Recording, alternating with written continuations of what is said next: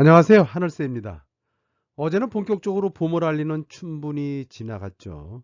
올해는 윤달이 있는 해로 음력 2월이 두 번 있다는 얘기죠. 그 두 번째 2월이 새로이 시작되는 첫날이 바로 오늘인데요. 오늘은 비교적 포근하였던 수요일인 것 같습니다. 오늘부터는 엔지니어의 꿈이자 최상의 목표라고 할 수 있는 기술사 자격증에 대한 첫날로 오늘은 항공기 몸통이라고 할 수 있는 동체, 퓨ዥ레이지 스트럭처 구조에 대해서 함께 알아보도록 하겠습니다. 다시 한번 구독과 좋아요, 알림을 부탁드리면서 시작해 보도록 하겠습니다. 화면에서 보시는 항공기 그림의 출처는 위키미디어에서 커먼스에서 무료로 보실 수 있습니다. 본 영상을 만드는 근거가 되는 교재이자 자료인데요. AMT 핸드북 에어프레임 볼륨 1, 그래서 에비에이션 메인터넌스 테크니션 핸드북 에어프레임 볼륨 1 중에서 챕터 1 에어크래프트 스트럭처, 즉 항공기 구조가 어떻게 되어 있는지 FAA 교재에 나와 있는데요. 본 교재는 FAA 홈페이지에서 상시 무료로 다운받을 수 있으며 PDF 파일로 되어 있으니 보다 자세한 내용은 관련된 홈페이지에서 다운받으시면 될 듯 합니다. 먼저 오늘의 강의 주제가 될 수 있는 퓨슐레이지, 즉 동체인데요. 동체라고 하면 그림에서 보시는 바와 같이 항공기 이렇게 몸통이라고 보시면 됩니다. 유효한 공간이죠, 그죠? 이 몸통을 보통 동체, 퓨슐레이지라고 한다라고 보시고요. 그러면 FAA 교재, AMT 교재에서는 이 동체에 대해서 어떻게 무엇라 설명하고 있는지 저와 함께 보도록 하겠습니다. 첫 번째로 The fuselage is the main structure or body of the fixed wing aircraft. 즉 동체는 is the 주 구조이다 또는 body이다. 그래서 fixed wing, 이렇게 윙이 고정익. 우리 헬리콥터 이런 건 회전익이라고 하죠. 고정익 항공기의 몸통의 주 구조 부재가 퓨슐레이지다. 이렇게 나와 있고요. 두 번째로 if provided space, 공간이 마련되어 있죠. cargo control accessory passenger and other equipment 되어 있죠. 이러한 퓨슐레이지에는 카고 짐을 실을 수 있는 공간과 컨트롤 조정의 공간, 이 부분이 되겠죠. 조정의 공간, 그 다음에 액세서리 일반 장비류들, 그 다음에 패신저 승객, 그리고 아더 이큐트 기타 장비들을 마련할 수 있는 스페이스 공간이 이루어져 있다. In single engine, 엔진이 지금 현재 화면에서 두 개가 있는데 싱글 엔진 에어크래프트는 The fuselage house the power plant. 파워 플랜트는 엔진이죠. 요거 파워 플랜트는 요거 엔진이다. 요 엔진의 집이다. 동체가 하나 있는 거는. 다음 문장 한번 보시면 첫 문장은 쉽게 이해가 되시라고 봅니다. In multi-engine aircraft, 멀티 다수의 엔진인 항공기에서는 더 엔진은 may be either in the fuselage attached to the fuselage. 동체에 장착되거나 동체에 매달려진다는 얘기고요. 이거 보면 suspend from the 윙에 매달려진다. 지금은 동체에 이렇게 장착되어 있지만 이렇게 윙에 매달려지기도 한다. 이런 의미고요. There are two general type of fuselage construction, truss and monocoque 돼 있죠. 이러한 동체에는 there are two general type, 두 가지 타입의 동체 구조로 컨스트럭션 구조로 되어 있는데요. 트러스 타입과 모노코큐 타입이다. 이렇게 두 가지로 설명하고 있어요. FAA, AMT 교재에는 이렇게 설명되어 있는데 오늘 제가 설명드릴 것은 여기서 좀 더 구체적으로 해서 항공기 동체 퓨슐레이지는 트러스 타입과 FAA 홈페이지에 나와 있는 거 트러스 타입, 트러스 구조와 스트레스 스킨, 즉 응력 외피 구조. 스트레스를 담당하는 게 스킨이 담당하다. 응력은 스킨이라고 하면 항공기 껍데기입니다. 표피. 응력 외피 구조로 이루어져 있고, 응력 외피 구조에는 모노코큐와 세미 모노코큐로 되어 있고, 또 하나는 현대항공이라고 할 수 있는 프레셔리제이드 스트럭처 여학 구조. 즉 오늘 강의를 다루고자 하는 것은 항공기 동체는 트러스 타입과 스트레스 스킨 타입, 프레셔리제이드 스트럭처 세 가지로 되어 있는데, 그 중에서 스트레스 스킨 타입은 모노코큐와 세미 모노코큐에 있다. 이 세 가지에 대해서 집중적으로 한번 알아보도록 하겠습니다. 먼저 그 첫 번째로 트러스 타입인데요. 트러스 타입은 그림에서 보시는 바와 같이 우리 흔하게 볼 수 있는 산 같은 데 보면 전신주 있죠. 그래서 뼈대라고 할 수 있는 부분에 보면 다이아고널 웹 멤버스와 버티컬 웹 멤버스 론저로 이렇게 요런 세로막대, 가로막대, 막대가 있고 수직막대 요런 타입으로 좀 스트럭처, 뼈다구로만 되어 있다. 어떻게 설명하는지 보죠. 적용된 하중, 즉 걸리는 하중의 변형에 견디기 위해서는 빔이나 또는 스트러트 및 바 세 가지죠. 빔과 스트러트와 바와 같은 구조 부재로 구성된 견고한 프레임워크다. 그래서 이렇게 다시 한번 말씀드리지만 기체기술사, 항공기술사 자격증 이론 시험은 사지선다도 아니요 오지선다도 아닌 구술로서 항공 동체 구조에 대해서 구분하고 설명하시오라고 하기 때문에 여러분들이 암기보다는 이해를 하셔야지 술술술 쉽게 작성하실 수 있으리라고 봅니다. 반드시 이해하시기 바랍니다. 그래서 자세하게 설명을 드리도록 하겠습니다. 두 번째로 동체는 일반적으로 천, 패브릭으로 여기 외부에 패브릭으로 씌워진다 라고 보시면 되겠고요. 동체의 프레임은 이 프레임 일반적으로 강철로 구성된다. 이렇게 되시겠고요. 세 번째로 트러스 모든 부재들은 인장이라고 하면 양쪽으로 당겨지는 힘이죠. 인장 및 압축은 컴프레스드 안쪽으로 서로 상반된 힘들이 한 곳으로 모이는 것이고, 인장은 상반되게 서로 반대 방향으로 당기는 우리 줄다리기 한다. 텐션이다. 컴프레서 하중을 담당한다. 뭐가? 모든 부재들이 이 핵심입니다. 용접된다. 이렇게 나와 있고요. 즉 트러스 구조에 대해서 요약 정리하면 트러스 구조는 빔과 스트러트와 바 세 가지로 구성된다. 동체에 패브릭이 씌워진다.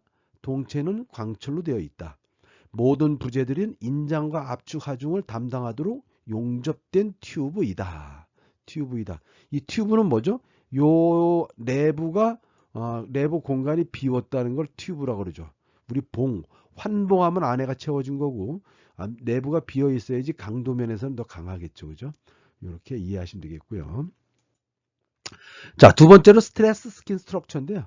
스트레스 스킨은 응력 외피 구조를 했죠. 외피는 스트레스, 응력은 스킨이 담당한다. 외부에 있는 표피가 담당한다 그랬는데 스트레스 스킨 스트럭처에는 두 가지가 있어요. 모노코큐와 세미 모노코큐가 있는데, 모노코큐는 스킨과 포머와 벌크헤드 세 가지로 이루어졌다. 이게 핵심이죠. 설명을 보시면 모노코큐 구조는 포머, 정형제라고 할 수 있는 포머와 프레임 어셈블리 그리고 벌크헤드 격벽으로 사용하여 동체 모양을 구성한다 이렇게 되어 있는데, 벌크헤드는 그림에서 보시면 포머는 이렇게 우리 링 정도고요. 이렇게 링 정도고, 벌크헤드는 우리 안방과 사랑방, 거실과 안방 그 벽이라고 보시면 되겠어요. 이런 벽. 그림에서는 이렇게 유효한 공간을 만들고 해서 했겠지만 벽이다. 그래서 벌크헤드와 포머와 스킨으로 모양을 구성한다라고 보시면 되겠고요. 이러한 구조 부재 중 가장 무거운 것은 집중된 하중을 전달하기 위해서 간격을 두고 날개, 윙이나 동력장치나 안정장치가 와 같은 다른 장치들을 부착하기 위한 피팅이 사용되는 지점에 위치한다. 이게 무슨 얘기냐 하면 날개나 동력장치나 안정장치들은 이런 것들을 장착하기 위해서는 이 부분도 아니고 요런 부분들 포머나 벌크헤드 견고한 부재가 있는 부분에 피팅을 사용되는 지점에 이렇게 포머와 벌크헤드를 인위적으로 장착을 해야 된다는 얘기죠. 즉 날개나 동력장치, 안정장치들이 어느 위치에 장착될지를 미리 계산을 해서 그 부분에 포머와 벌크헤드가 위치되어져야 한다라는 얘기겠죠. 그림과 같이 브레이싱이란 버팀목인데요. 버팀목. 우리 그 랜딩기에서 보면 브레스란 말 나오죠. 이 버팀목은 여기 보면 이런 포머와 벌크헤드를 버팀목은 이렇게 양쪽으로 버티는 건데, 그죠? 우리 이렇게 전신주 같은 데도 버팀목이 있죠. 이 버팀목이 없다 이거야. 뭐가? 모노코크 규주에는 버팀목이 없기 때문에 스키는 주로 응력을 전달하고 동체를 단단하게 유지해야 하는 부분에 사용된다는 얘기죠. 이해되셨죠? 그렇기 때문에 모노코큐 타입은 가장 큰 문제점이 무엇이냐고 하면 무게를 허용 한계 내에서 유지하면서 충분한 강도를 유지해야 된다. 이거 조건인 거지, 그죠? 모노코큐 호주는 항공기 전체적인 웨이트, 무게도 허용 한계 범위 내에서 얘가 버텨줘야 되면서도 충분한 강도를 유지해야 된다는 게 문제점이 된 거죠. 이러한 문제점을 개선하기 위해서 나오는 부분이 바로 세미 모노코큐인데요. 다음 영상 보시도록 하겠습니다. 여러분들의 구독과 좋아요, 알림은 본 강의 영상을 만드는 저에게 있어서는 아주 큰 힘이 됩니다. 여러분들 다시 한번 구독과 좋아요, 알림을 부탁드리면서 나머지 강의 속행해 보도록 하겠습니다. 동체의 구조 두 번째 중에서 스트레스 스킨 스트럭처, 응력 외피 구조라 그랬죠. 스트레스 스킨 스트럭처 중에서 두 번째, 첫 번째는 모노코크 구조를 설명드렸고요. 두 번째는 세미 모노코크죠. 세미라는 건 뭐죠? 세미라는 거는 반이에요, 반. 하이브리드라고 생각하시면 되겠죠. 그래서 모노코크, 세미 모노코크다. 반 모노코크 구조다. 그런데 즉 모노코크 구조의 강도와 무게를 문제점이 되는 건데 그걸 보완한 구조다라고 그러는데요. 길고 복잡한 설명에 앞서서 세미 모노코크를 이루고 있는 구성품은 딱 5가지다. 이건 반드시 암기하셔야 되는데요. 여기에서 보시면 벌크헤드와 포머와 스트링거 아니고 스킨 3가지죠. 이렇게 스킨, 포머, 이렇게 벌크헤드 이 3가지는 뭐죠? 이게 바로 모노코크 구조의 구성 요소들이죠. 그죠?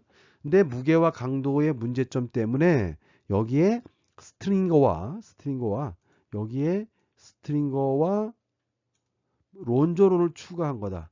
그럼 스트링거와 론저론의 차이점은 스트링거는 이렇게 뭐 포머와 벌크헤드 또는 벌크헤드와 벌크헤드 이렇게 짤막 단락단락한 세로 부재인 반면에 론저론은 롱이죠. 롱 길게 이렇게 암기하세요. 롱 길다. 론저론은 결론적으로 론저론이나 스트링거는 전부 다 세로대죠. 세로 부재인데 론저론은 긴 거로 길게 세로 부재이고 짧은 게 스트링거다. 즉 세미 모노코크의 구성품은 하나, 둘, 론저론, 스킨, 스트링거, 포머, 벌크헤드고 그 다음에 모노코큐는 포머, 스킨, 벌크헤드고 이렇게 이루어져 있다. 그럼 트러스 구조는 뭐죠? 이거 머릿속에 자꾸 암기하셔야 돼요. 스트러트와 빔과 발 아래 했었죠. 3가지로 이루어져 있다. 이렇게라도 작성하실 수 있어야 됩니다. 설명을 보시도록 하겠습니다. 모노코큐 구조의 강도, 무게, 앞쪽에 설명드렸었죠.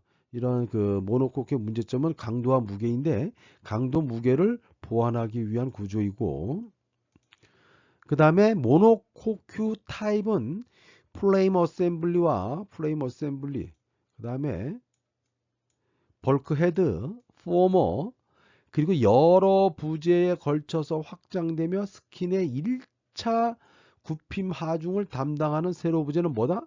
론저론이죠. 이거는 뭐 이론, 항공정비사나 산업기사나 기체기능사나인데 이론에 나올 만한 문제였었죠. 그래서 론저론 금방 설명드렸었죠. 여기 여러 프레임에 걸쳐서 확장되며 스킨의 1차 굽힘 하중을 담당하는 부재가 론저론이다. 이 블루 컬러로 되어 있는 부분 이해하시면 되겠고요.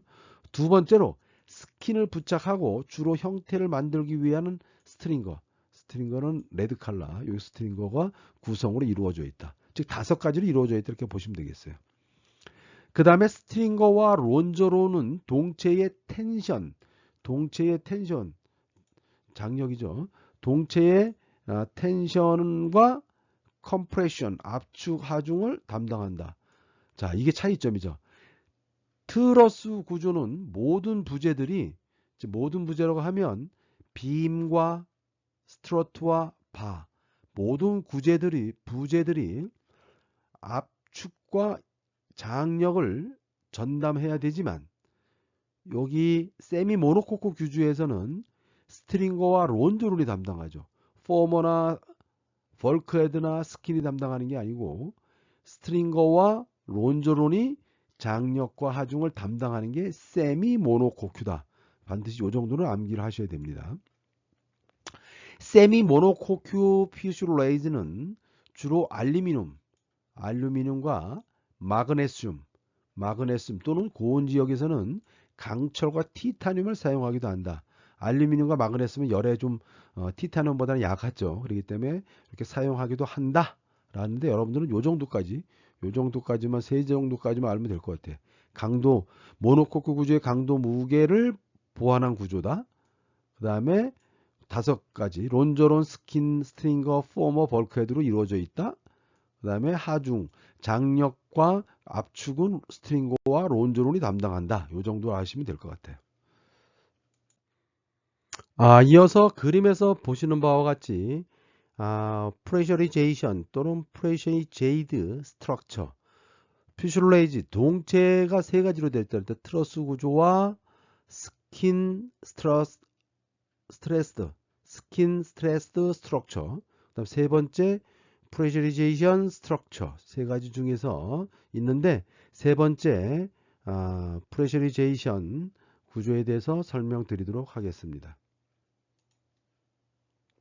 그림에서 보시는 것 같이 프레셔리제 여압 구조 형식은 이렇게 핑크 컬러로 되어 있는 부분처럼 이 부분이 압력을 집어넣어서 항공기가 이륙을 하게 되면 고도가 높아질수록 압력이 떨어지겠죠. 압력이 떨어지면 우리가 높은 산에 올라가면 호흡하기 곤란하듯이 캔빈 내에 있는 승객들의 안락함을 제공하기 위해서 압력을 어느 정도 올려줘야 되는데, 그 외부 압력과 내부 압력의 격차, 즉 디퍼런셜 프레셔, 델타 P라고 하는데요. 그런 압력으로 인해서 여압 구조 형식의 동체도 이렇게 만들고 있다라고 보시면 되겠고요. 설명을 한번 보시도록 할게요. 고고도를 비행하는 대형 항공기에 적합한 구조죠. 현대 대형 항공기는 모두 이 구조를 사용하고 있다라고 보시면 되겠고요. 일반적으로 세미 모노코큐 구조에 부가적으로 객실 여압 장치가 있고, 디퍼런셜 프레셔와 메탈 파티큐 사이클에 따른 보강제가 추가적으로 필요하다라고 이렇게 말씀드렸었는데요. 이건 나중에 다시 설명드릴게요. 메탈 파티큐라는 것은 필요응력이죠. 금속의 필요응력 사이클에 따른 보강제가 추가적으로 필요하다라고 보시면 되겠고요.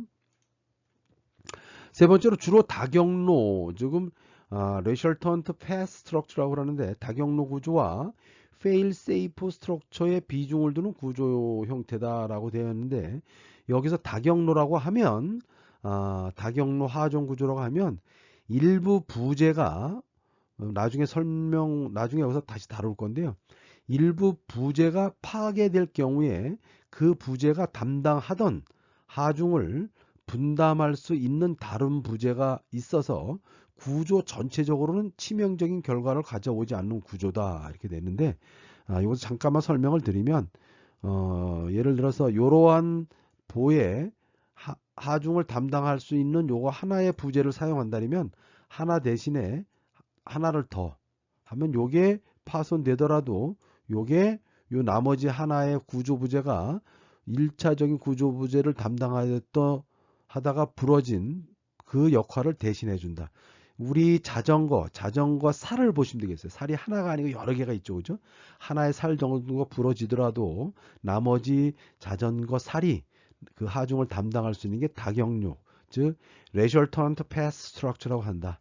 뭐 페일 세이프 구조나 의미가 같은 의미인데 나중에 한번 다뤄보도록 하겠습니다. 그리고 이어서 부재의 접합 방식으로는 고강도 리베팅, 요런 리벳 또는 메탈 본딩을 사용하기도 한다. 그래서 핵심이죠. 리벳을 사용해서 스트렉처를 장착하기도 하고 메탈 본딩에 의해서 장착하기도 한다. 그래서 여기 본딩에는 나중에 다르지만 핫 본딩, 콜드 본딩 여러 가지 본딩이 있죠. 이렇게 하기도 한다라고 되어 있고요. 메탈 파티큐 사이클을 완화시키기 위해서 프리스트레스드 방식을 사용한다라고 하는데 이거는 여학구조에서 반드시 필요한 거죠.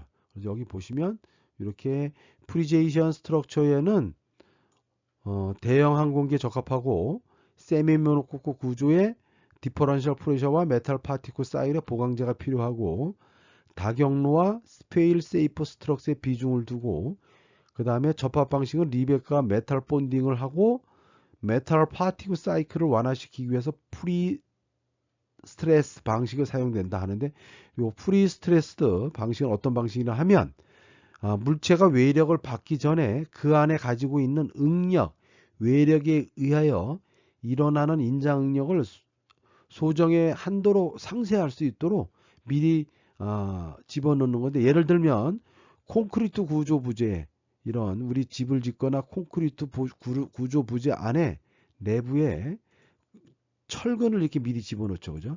철근을 집어넣으면 콘크리트 부재가 주 하중을 담당하지만 내부의 응력, 외력에 의해서 일어나는 인장 응력을 얘가 상쇄할 수 있도록 외부에서 예를 들면 이렇게 예를 한번 들어보면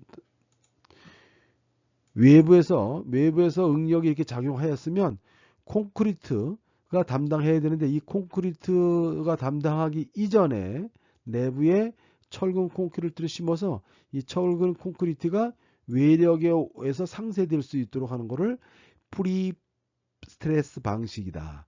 그게 뭐야? 메탈 파티규 사이클을 완화시키기 위한 이런 방식을 여기 뭐에 프레셔리제이션 스트럭처에는 사용된다 라고 보시면 되겠어요. 이렇게 살펴보았고요. 그림에서 보시는 게 바로 프레셔리제이션 여합 구조 방식의 현대 항공기에 사용되는 여합 구조 방식인데요. 그림에서 보시는 항공기는 A380 아마 지금 현존하는 항공기에서는 가장 크다라고 할 수 있는 A380 항공기죠. A380 항공기는 항공기 동체 구조 중에서 대부분 현대항공기에 적용하고 있는 여합 구조가 A380 항공기인데요. 이 A380 항공기는 하늘을 나르는 호텔이라고도 하기도 하고 크기는 72, 79니까 축구장이 105, 68이니까 축구장 가로 세로에 딱 한 대 놓으면 맞을 정도로 그렇게 큽니다. 뭐 최대로 맥시멈으로 580명이 타지만 대한항공은 이제 407명 타도록 안락하게 만들었고요.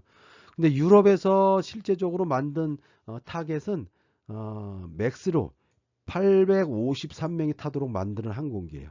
맥스로 850, 상당히 좁겠죠, 그죠? 850명이 탈 수 있도록 만드는 항공기고 그 853명 되는 승객들은 실제로 시뮬레이션 해본 결과 80초 내에 다 외부로 탈출할 수 있죠. 항공안전법에서는 90초 내에 탈출할 수 있도록 법으로 규정돼서 도하라든가 구조를 이루어져 있겠죠. 그런데 380 항공기는 시뮬레이션 해본 결과 80초 내에 853명이 다 탈출할 수 있었다. 바퀴는 앞에 2개 있고 뒤에 20개 있고 토탈 22개가 있죠. 뭐 재미있는 현상이니까 잠깐 보는 거예요. 높이는 24m인데 24m 정도면은 우리 한 층 건물이 한 2m 정도 되니까 10층 건물 정도다. 아파트 앞에 세워놓으면 요 상단은 10층 건물 정도다. 무게는 560톤인데 코끼리 112마리 정도라고 보시면 되겠어요. 어마어마하죠. 코끼리 112마리 정도. 가격은 4,100억 정도고요. 그래도 감이 안 오시겠다. 안 오신다 하면 중형차. 우리 보통 중형차라고 하는 15대. 가로로 놓으면 43대. 요 세로로 놓으면 요 세로 방향으로 쫙 세워 놓으면 15대의 중형차를 세울 수 있고 가로 방향으로 이렇게 세워놓으면 40세대를 세울 수 있다. 이 정도로 보시면 되겠습니다. 오늘은 항공기 동체 구조에 대해서 간략하게 알아봤는데 다시 한번 정리를 하면 항공기 동체는 트러스 구조와 스킨 스트레스 스트럭처와 프레셔리제이션 구조 이렇게 세 가지가 있고 스킨 스트레스 구조는 모노코크와 세미 모노코크가 있다. 5개의 구조가 이렇게 5개의 구조가 있었는데 이건 반드시 암기하시기 바랍니다. 다음 시간에는 더 유익한 내용으로 찾아뵙도록 하겠습니다. 다시 한번 좋아요, 알림, 구독을 부탁드리면서 오늘의 강의를 마치도록 하겠습니다. 다음 시간에 뵙겠습니다. 감사합니다.